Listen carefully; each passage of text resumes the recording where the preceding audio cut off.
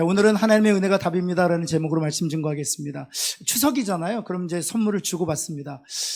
하나님께서 만약 제게 박 목사, 내가 너에게 선물 하나 줄 텐데 어떤 선물을 원하냐? 물어보신다면 제가 곰곰이 생각해 보세요. 내가 하나님이 내게 하나의 선물을 주신다면 어떤 선물을 내가 달라고 할까? 근데 많고 많은 선물 중에 딱 하나의 선물이 떠오르더라고요. 무슨 선물? 오늘 제목이 있잖아요. 무슨 선물? 은혜를 주시면 좋겠다. 은혜를 주시면 좋겠다. 하나님, 제게 은혜라는 선물을 좀 제게 주세요. 라고 기도했습니다. 여러분, 제가 은혜 얘기할 때 제가 늘 여러분에게 귀에 딱지가 않을 정도로 말씀드리는 게 있습니다. 우리가 사람의 어떤 삶의 수준과 질을 우리가 4단계로 나눌 수 있다면 이렇게 나눌 수 있다고 말씀드렸습니다. 맨 밑에 단계, 바닥을 사는 사람들이 있습니다. 실력도 없고 뭐도 없어요?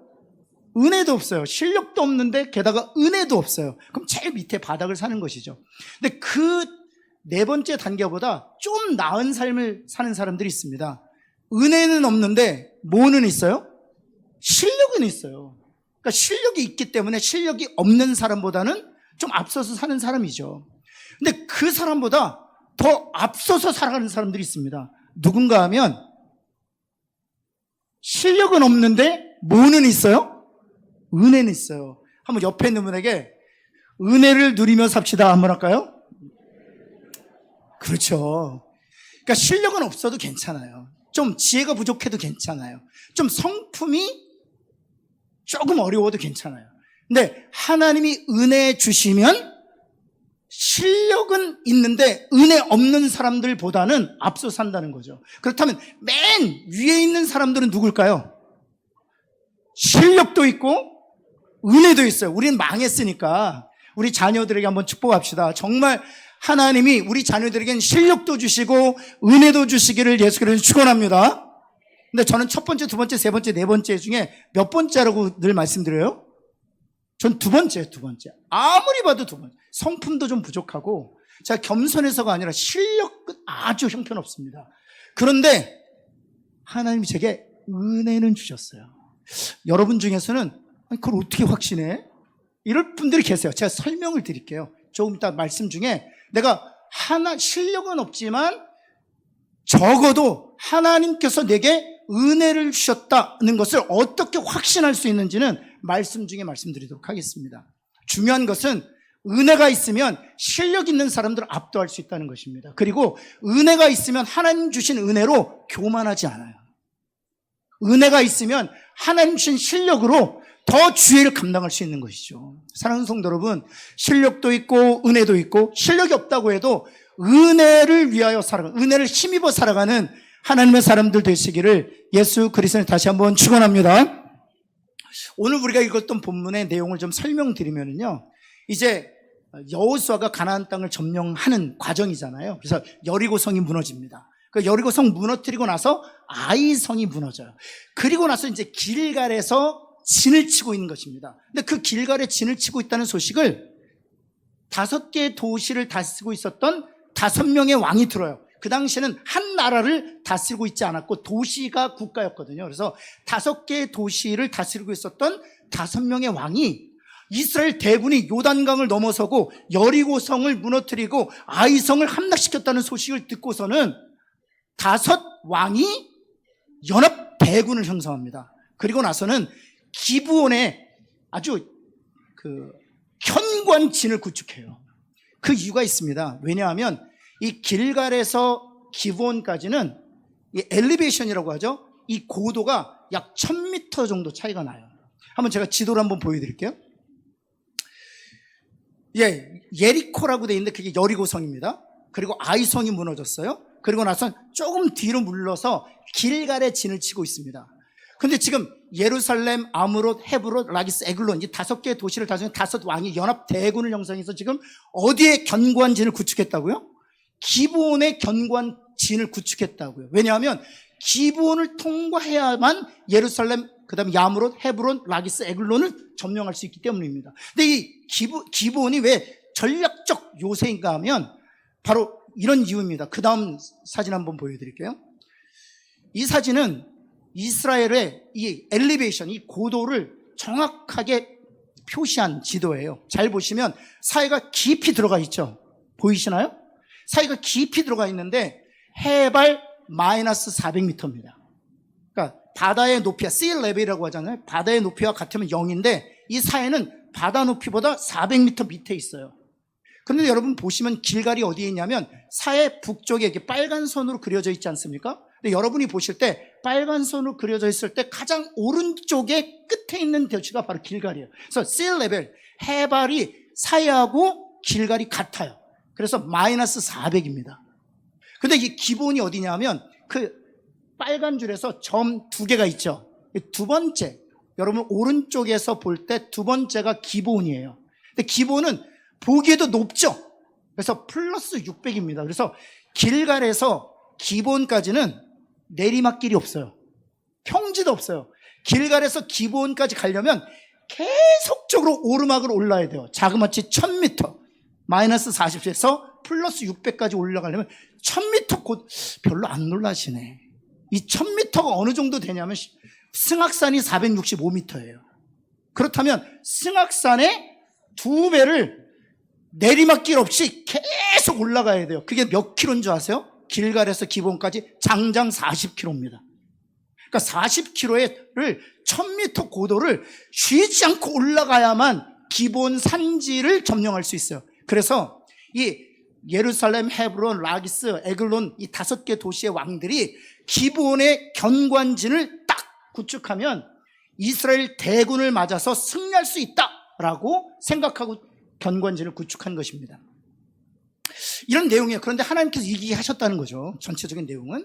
근데 이 이야기를 통해서 하나님 베푸시는 은혜가 무엇인지를 우리에게 말씀해 주고 계세요. 이 세 가지가 있는데 첫 번째 어떤 것이냐 하면 우리 한번 같이 한번 읽을까요? 시작. 여기 중요한 건 매 순간마다요. 매 순간마다 은혜를 구해야 된다는 것입니다. 하나님께서 이렇게 한 1000m 고도를 40km 고지를 올라서야 되는데 이기게 하셨는데 어떤 방식으로 이기게 하셨느냐? 여호수아 10장을 한번 보시면 우리가 읽었던 본문인데요. 9절 한번 볼까요? 길갈에서 밤새도록 올라가게 하셨어요. 보통 군인이요 1시간에 4km를 주파합니다. 그럼 40km면 몇 시간에 주파할 수 있습니까?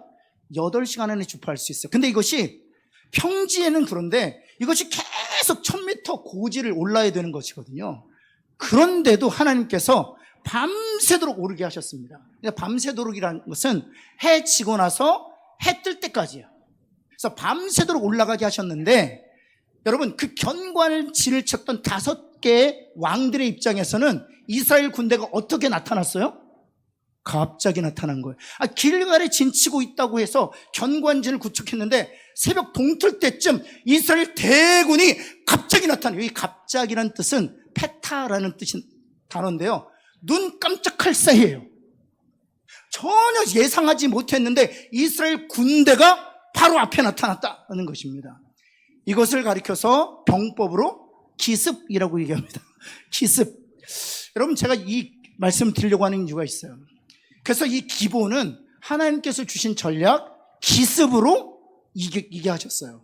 그런데 여러분 여리고성 점령하고 아이성 점령하고 이제 기본 점령했다고 말씀드리지 않습니까? 그 전에 전투를 한번 보면 여리고성은 어떻게 점령하게 하셨는가? 하나님 주신 방법이죠. 한번 여호수아 6장 한번 말씀 볼까요?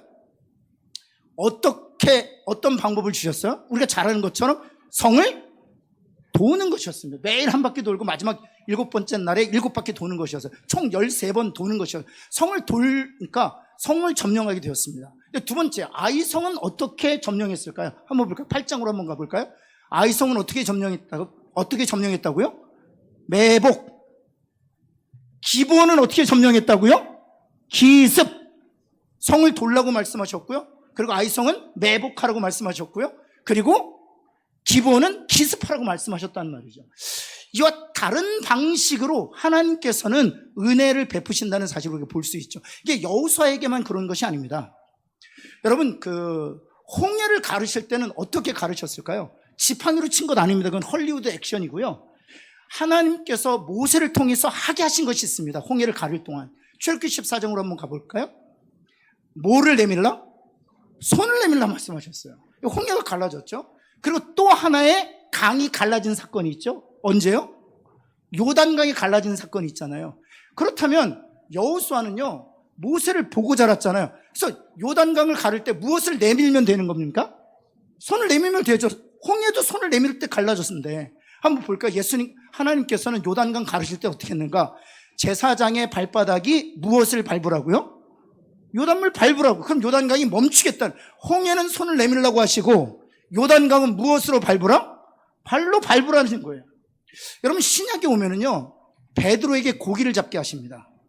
그래서 보면 십자가 이전에 예수님께서 베드로를 처음 만났을 때, 여러분, 주님께서는 베드로에게 어디 가서 그물을 내리라고 해요? 한번 볼까요? 누가복음 5장 한번 볼까요? 누가복음 5장에 어디로 가서 그물을 내리라? 깊은 데 가서 그물을 내리라는 거예요. 그리고 나서 부활 이후에 베드로가 예수님을 부인하잖아요. 자기의 실패 때문에 자괴감에 빠져서 다시 갈릴리 바다 가서 어부질합니다. 근데 다시 만나주세요, 부활하신 이후에. 그리고 나서 그물을 또 던지게 하신단 말이죠. 그럼 어디에다 던져야 됩니까? 깊은 데잖아요. 그런데 한번 볼까요? 21장 6절에 보면 부활 이후에 실패한 베드로를 다시 만나셨을 때는 어디에다 던지라고요? 오른편에 던지라고요. 여러분, 우리가 인생을 살다 보면, 여러분, 아이들을 양육하거나 또는 비즈니스를 경영하거나 심지어는요, 교회에서 어떤 부서장이 되어서 사역을 할 때는요, 다 노하우라는 걸 갖게 됩니다. 이 노하우가 뭡니까? 하우를 알게 된다 그래서 노하우거든요. 그러니까 자녀를 양육하는 독특한 전문 기술을 어미가 알게 돼요. 사업을 경영하실 때, 사업을 잘하시는 분도 마찬가지예요. 노하우가 있습니다. 이 사역도 마찬가지예요. 목회도 마찬가지예요. 자기만의 노하우가 있어요. 이 노하우는 좋은 겁니다. 그러나 노아의 문제가 뭐냐 하면, 과거의 문제를 다뤘던 방식대로 오늘 만나는 문제를 다룬다는 거예요. 근데 하나님은 어떤 방식으로 다루시느냐? 여리고성은 돌라고 말씀하시고, 아이성은 매복하라고 말씀하시고, 기브온은 기습하라고 말씀하신다는 말이에요. 베드로를 만났을 때 똑같이 갈릴리 바다입니다. 그 똑같은 베드로예요. 한 번은 깊은 곳에 그물을 던지라고 말씀하시고, 다른 번은 오른쪽에 그물을 던지라고 말씀하신단 말이죠. 여러분, 이것은 무엇을 얘기하는 것입니까? 하나님은 이렇게 보라, 내가 새 일을 행하리니까. 하나님 매번 다른 방식으로 우리에게 은혜 베풀기를 기뻐하신다는 겁니다. 여러분, 히브리서 4장 16절 우리가 이렇게 있습니다. 또 긍휼하심을 받고 또 때를 따라 돕는 은혜를 얻게 하여 은혜의 보좌 앞에 담대. 거기 때를 따라 돕는 은혜를 하나님께 구하라 이렇게 말씀하시는데, 1차적 의미는 하나님이 우리 필요할 때 은혜 베푸신다는 겁니다. 근데 2차적 의미는 무엇인가 하면 때에 적합한 은혜가 있다는 거예요. 한번 따라해 볼까요? 때에 적합한 은혜가 있습니다. 과거의 문제를 해결했던 문제로 오늘의 문제를 해결할 수 없다는 거예요. 때에 알맞는 방법이 있다는 거예요. 그 순간에 적합한 은혜가 있다는 거예요. 그래서 때에 적합하고 알맞는 은혜를 구해야 한다 하는 것입니다. 그래서 시편 기자 다윗은요, 하나님을 이렇게 표현해요. 한번 볼까요? 시편 139편으로 가볼까요? 하나님이여, 주의 생각이 내게 어찌 그리 보배로운지요. 그리고 그 생각의 수가 어떻다고요? 많다고요. 근데 그 생각의 수가 얼마나 많습니까? 18절 한번 볼까요? 그 하나님의 생각의 수가 무엇보다 많다고요? 여러분, 그렇다면 하나님께서 우리의 문제를 다루실 때, 또 우리에게 은혜를 베푸실 때 매 순간 다른 은혜 주시지 않겠습니까? 그래서 하나님께서 말씀하시는 거예요. 때를 따라 돕는 은혜를 구하라 하시면서 동시에 때에 맞는 은혜를 구하라는 거예요. 사랑하는 성도 여러분, 중요한 것은 내 노하우를 의지하지 않는 것입니다. 내가 먼저 해결할 수 있어요. 충분히 전문가적인 식견이 있습니다. 그러나 생각의 수가 많으신 하나님께서 새로운 은혜를 베푸실 기대를 가지고 하나님 앞에 기도할 때 그 문제를 해결할 수 있는 적합한 은혜를 주실 줄을 믿습니다. 이 비결을 다윗이 알았어요. 여러분, 다윗이 사무엘 가보면은요, 블레셋 군대의 그 침입을 계속 받습니다. 사무엘 하 한번 볼까요? 다윗이 첫 번째 블레셋 대군의 침입을 받았어요. 누구에게 물어요? 여호와께 물었어요. 여호와께 물었더니 하나님이 뭐라고 답하셨습니까? 말씀하시되 어찌하라? 올라가라. 그래서 이겼어요. 대승을 얻었습니다. 그리고 나서 다시 또 2차 블레셋 똑같은 군대가 침입해요. 그러면 뭐 하면 됩니까? 우린 노하우가 있으니까. 어디 가면 돼요? 뭐 하면 돼요? 그렇죠. 하나님께서 우리에게 주신 방도 올라가면 되죠. 이기니까. 근데 다윗은 그렇지 않았습니다. 다윗이 또 10개 여쭈어요. 그런데 재밌는 것은 이번에는 하나님께서 뭐라고 말씀하세요? 올라가지 말라고 말씀해요. 그래서 이겼어요. 이게 신기하지 않습니까? 올라가서 이기고 이번에는 올라가지 않아서 이기고 똑같은 대적인데 하나님께서 말씀하시는 것이 있습니다. 이것이 하나님을 신뢰하는 방식이에요. 사랑하는 성도 여러분, 우리의 경험과 지식과 노하우를 내려놓고 생각의 수가 모래보다 많으신 하나님을 의지하고 하나님께서 오늘 이 순간 새로운 방식으로 은혜를 베풀어 주실 줄을 믿고 하나님 앞에 간구하고 기도하는 저와 여러분 되기를 예수 그리스도는 축원합니다. 여러분, 두 번째는요, 하나님의 은혜는 상상을 초월해요. 옆에 있는 분에게 한번 하나님의 은혜는 상상을 초월합니다. 한번 할까요? 여러분, 하나님이 이제 100세의 아브라함에게 아들을 주시기로 약속하셨잖아요. 근데 아브라함의 몸이 죽었습니다. 사랑의 몸도 죽었어요.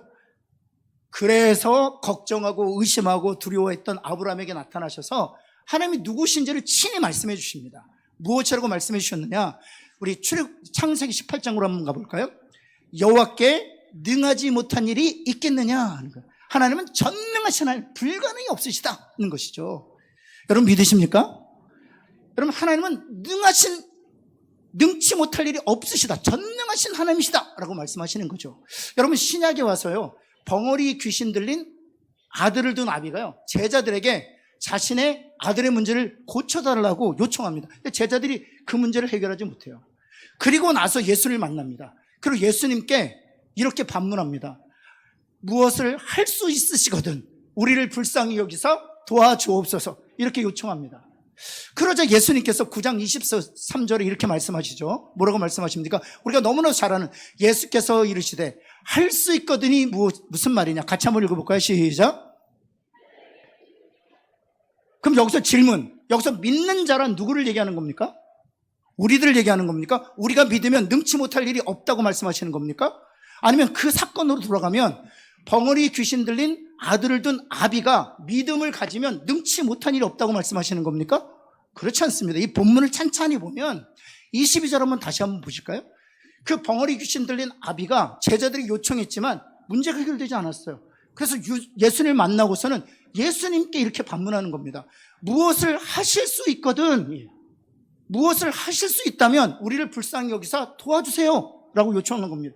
그때 주님이 믿는 자에게는 능치 못한 일이 없어 라고 말씀하시는 겁니다. 그렇다면 이 문맥상 믿는 자란 누구를 가리키는 겁니까?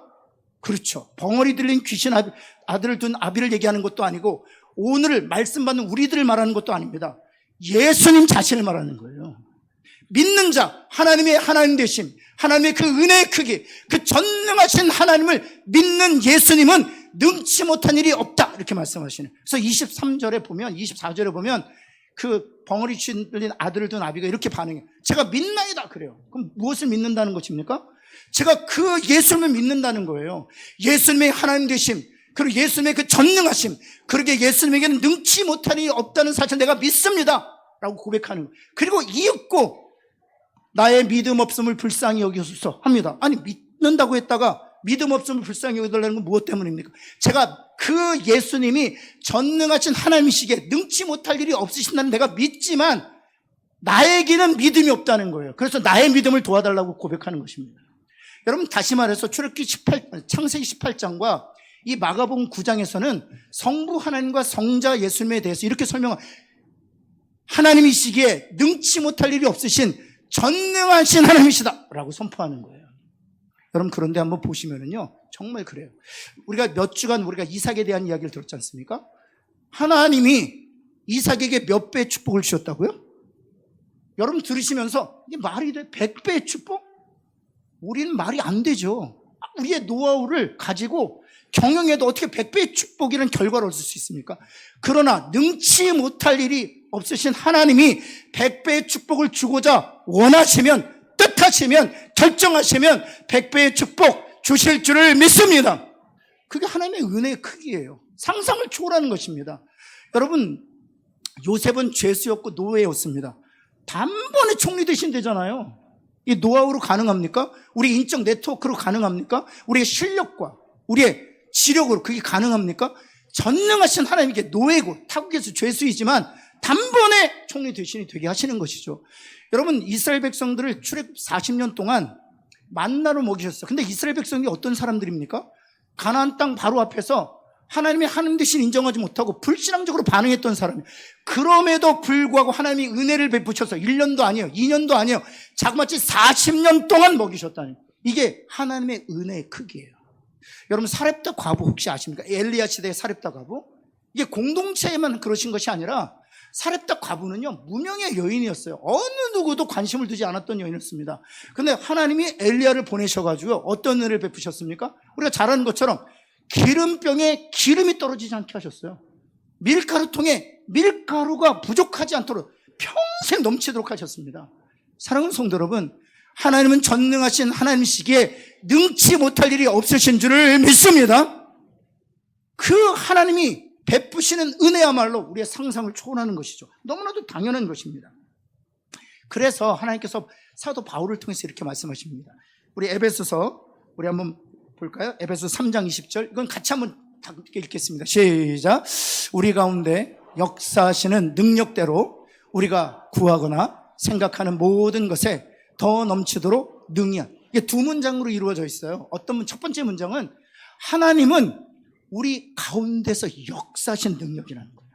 사랑하는 성도 여러분, 하나님 우리 밖에 구하시는 분도 아니고 성경 안에만 갇혀 계신 분이 아니라 우리 삶 한복판에서 역사하시는 능력인 줄을 믿습니다. 근데 그 하나님의 역사하신 능력이 어떻게 나타나느냐?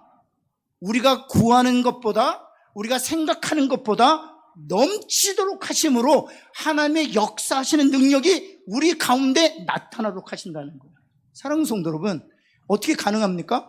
하나님 능치 못하실 리 없는 전능하신 하나님이기에 우리가 입을 열어 간구할 때 우리가 구하는 것보다 넘치게 해 주실 줄을 믿습니다. 그리고 그것을 통해서 우리 안에서 역사하시는 하나님의 능력을 우리가 보게 하신다는 거예요. 여러분, 콜로라도 스프링스라는 미국의 도시가 있어요. 콜로라도 주에 있는 두 번째로 큰 도시거든요. 덴버가 주도고 그 다음에 콜로라도 스프링스가 콜로라도 주에서 두 번째로 큰 도시예요. 근데 이 1980년만 해도 이 콜로라도 스프링스는 미국 전체 도시 중에 범죄율이 가장 높았다고 합니다. 도박장과 술집들이 그냥 가득 도시를 메우고 있었대요. 그리고 살인율이 얼마나 높은지 사람들이 정착해서 살기 힘든 도시였다고 합니다. 그런데 이 1980년대 20대 후반에 이 헤가드라는 청년이 신학대학원을 졸업하고 이 교회에서 집을 마련하고 그 집에서 교회를 시작했어요. 근데 길거리에서 복음을 전하는데 너무 살벌한 거예요. 복음 전하다 죽겠는 거예요. 그래서 하나님 앞에 아내와 더불어 손잡고 기도하면서 하나님, 때를 따라 돕는 은혜를 주십시오, 이렇게 기도했다는 거예요. 히브리서 4장 16절 말씀 의지해서. 그래서 하나님께서 아이디어를 주시는데 어떤 아이디어를 주셨느냐? 우리는 지금 없지만 전화번호 부책 있죠. 무슨 색이에요? 다 잊어버리셨구나. 노란색. 그래서 미국에서는 그걸 옐로우 북이라고 그래요. 그래서 500페이지짜리 되는 전화번호 부책을 가지고 어떤 아이디어를 주셨냐면 한 장씩 찢어가면서 그 한 장을 앞뒤로 하루 종일 기도하게 하셨다는 그 전화번호부에 있는 이름을 가지고. 그래서 약 6개월 동안 그렇게 기도하다가 만난 사람들에게 전도했는데 20명의 성도를 얻었대요. 그래서 20명의 성도들과 함께 가정에서 예배를 드리는데 그 가정에서 드린 그 교회가 10년 만에 1000명이 됐습니다. 그리고 1000명이 됐을 때 또 교회가 또 목사님 개인적으로 어려움을 당했어요. 왜냐하면 이 콜로라도 스프링스는요, 미국에서 가장 아름다운 공원이 있어요. 그 공원이 얼마나 아름다우면 신들의 정원이라고 하겠어요. 정말 아름다운 정원이 있어요. 이런 데입니다. 이거보다 더 멋진 사진이 있는데, 그런데 너무 아름다운데 이제 문제는 뭐가 있냐면 이 아름다운 곳에는 누가 자리를 잡습니까? 무당들이 자리를 잡습니다. 그래서 미국 전역의 사교 집단 본부를 이 콜로라도 스프링스에 두게 돼요. 그래서 도박장과 술집이 넘쳐나게 된 거예요. 그래서 교회가 1000명 이상 모이는 교회가 거긴 존재하지 않았거든요. 하나님이 은혜 주셔서 1000명 이상 모이니까 이 사교 집단의 광신도들과 교주들이 고양이 목을 잘라가지고 교회에다 던져놓고, 그 다음에 강아지 목을 잘라가지고 피를 뿌려놓고, 그 다음에 식칼에다가 빨간 피 묻혀가지고 목사님 사택에 넣고 죽인다고 협박하고 떠나라고. 그래서 성도들과 함께 기도하기 시작했대요. 그때 또 하나님께서 어떤 아이디어를 주셨냐 하면, 미국 전역에 선교단체가 많잖아요. 그 복음주의 단체도 많잖아요. 기도하기 시작했대요. 하나님, 미국에 있는 모든 선교단체와 미국에 있는 모든 복음주의 단체가 어디로 오도록? 이 콜로라도 스프링스에. 그래서 이 기도 제목을 다른 지역에 있는 다른 주에서 목회하는 목사님과 나누었더니 목사님들이 껄껄껄 웃으면서 어느 선교단체, 어느 복음단체 거길 가겠냐고. 고양이 목 잘려져 있고 강아지 목 잘려 있고 식칼에 빨간 물, 그 도시를 어떻게 가서 단체를 세우겠냐고. 그런데 성도들이 기도하기 시작했어요. 지금 40년 지났잖아요. 어떻게 했는지 아십니까? 콜로라도 스프링스가 그렇게 크지 않아요. 근데 그 도시, 자그마한 도시 안에 100개의 복음주의 단체와 선교 단체가 메인 브랜치, 본부를 두게 됐습니다. 우리가 아는 모든 선교 단체는 거기 다 있어요. 내비게이터, OMF, OM, 컴패션 다 스프링스 콜로라도 있습니다.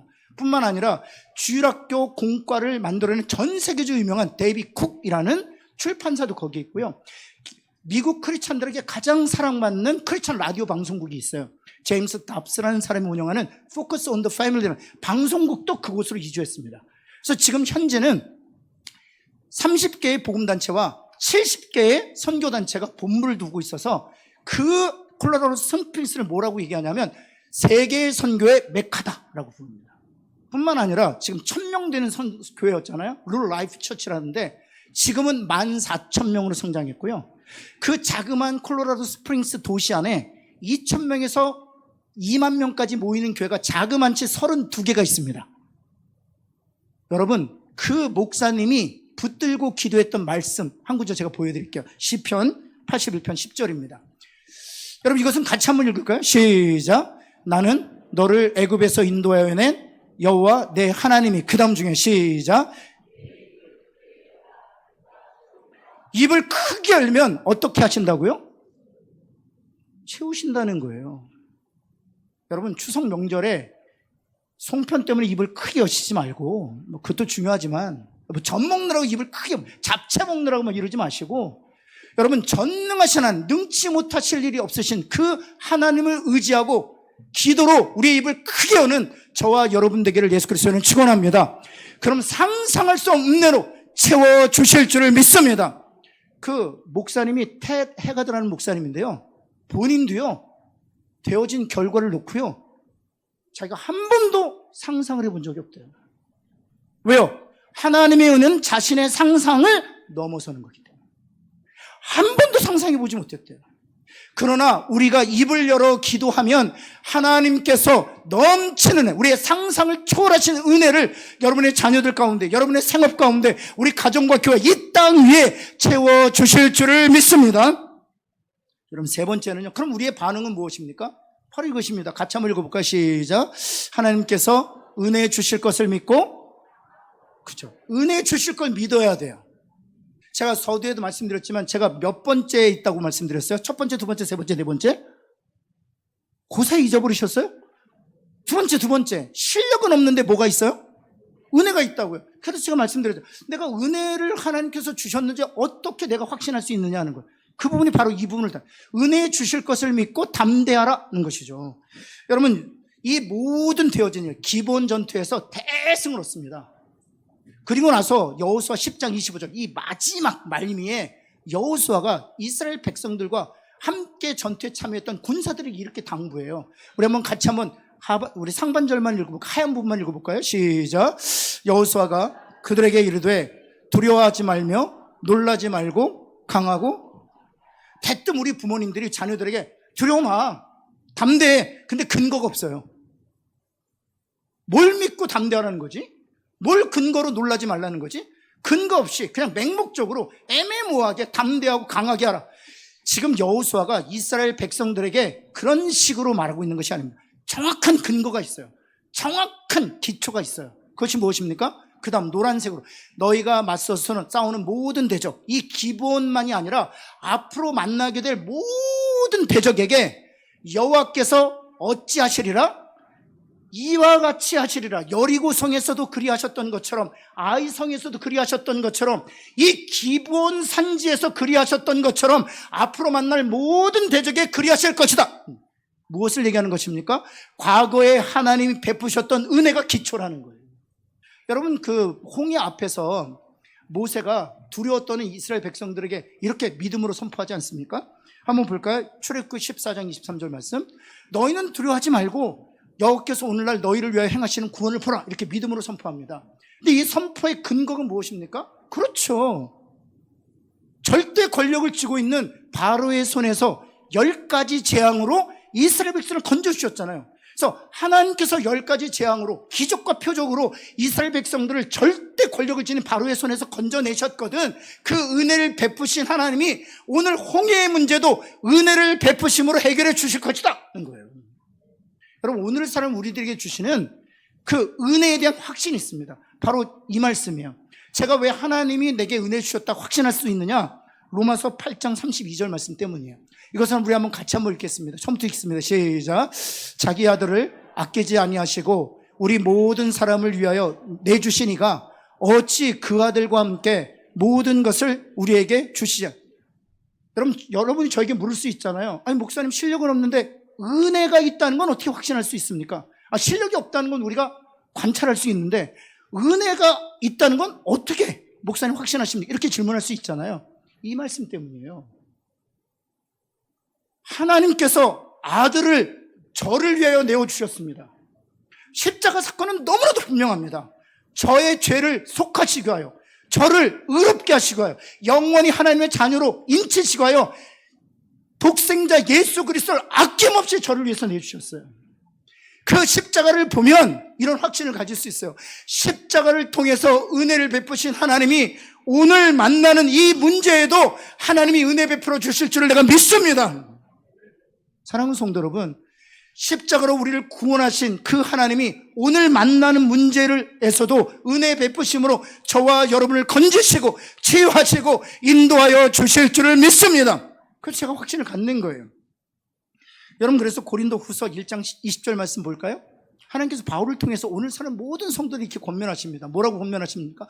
하나님의 약속은 얼마든지 그리스도 안에서 무엇이 된다? 여기에 이렇게 안 돼 있습니다. 자격을 갖추면 예가 된다라고 하지 않았습니다. 내가 말씀을 청종하면 예가 된다 이렇게 말씀하지 않으셨습니다. 무엇이라고 말씀하셨습니까? 그리스도 때문에 예가 된다고 말씀하시는 거예요. 우리가 때로는 실패할 수 있습니다. 때로는 실수할 수 있습니다. 때로는 우리가 실력과 지혜가 부족해서 하나님께 내게 주신 것들을 다 망쳐버릴 수도 있어요. 근데 여러분, 하나님의 약속은 여전히 얼마든지 우리 안에서 예가 됩니다. 누구 때문에요? 나 때문이 아니에요. 예수님 때문에 그리스도 안에서 예가 되는 줄을 믿습니다. 그래서 이 해가드 목사님이 그 모든 되어진 일을 보고 무엇이라고 고백하냐 하면 자신은 늘 넘어질 수밖에 없는 존재였다는 거예요. 자기 안에 있는 유혹과 자기 안에 있는 그 죄로 말미암아 늘 실수하고 실패할 수밖에 없었던 존재였다는 거예요. 그런데 하나님의 약속이 나 때문에 예가 된 것이 아니라 나를 위하여 십자가를 지신 예수님 때문에 예가 됐다는 거예요. 그때마다 입을 크게 열었고 하나님이 채우셨다는 거예요. 사랑하는 성도 여러분, 오늘도 십자가에 예수 그리스도를 보내셔서 여러분들을 치유하신, 또 여러분을 구원하시고 여러분을 인도하신 그 하나님께서 오늘 우리가 만나는 모든 문제, 그것이 질병의 문제일지라도 생업의 문제, 자녀들의 문제일지라도 하나님께서 새로운 일을 행하신 하나님이 넘치는 은혜 베풀어 주실 줄을 믿습니다. 기도하겠습니다. 하나님 주님, 간절히 기도합니다. 우리 성도들 가운데 낙심한 성도들이 있습니까? 하나님, 자포자기하고 절망에 빠진 성도들이 있습니까? 하나님, 자녀의 문제로 인하여, 생업의 문제로 인하여, 관계의 깨어짐으로 문제로 인하여, 가정의 불화로 인하여 하나님 정말 탄식하고 눈물 짓는 자녀 성도들이 있습니까? 십자가에서 은혜를 베푸신 하나님이시기에 그 문제를 해결하시고 그 문제를 깨끗이 다루어 주실 은혜 베풀어 주실 줄을 믿습니다. 부족한 종이 기도합니다. 은혜 베풀어 주셔서 하나님 절망이 희망이 되게 하여 주옵시고 상처가 치유되게 하여 주옵시며 길이 열려지는 역사가 있게 하여 주옵소서. 예수 그리스도의 이름으로 간절히 기도합니다. 아멘.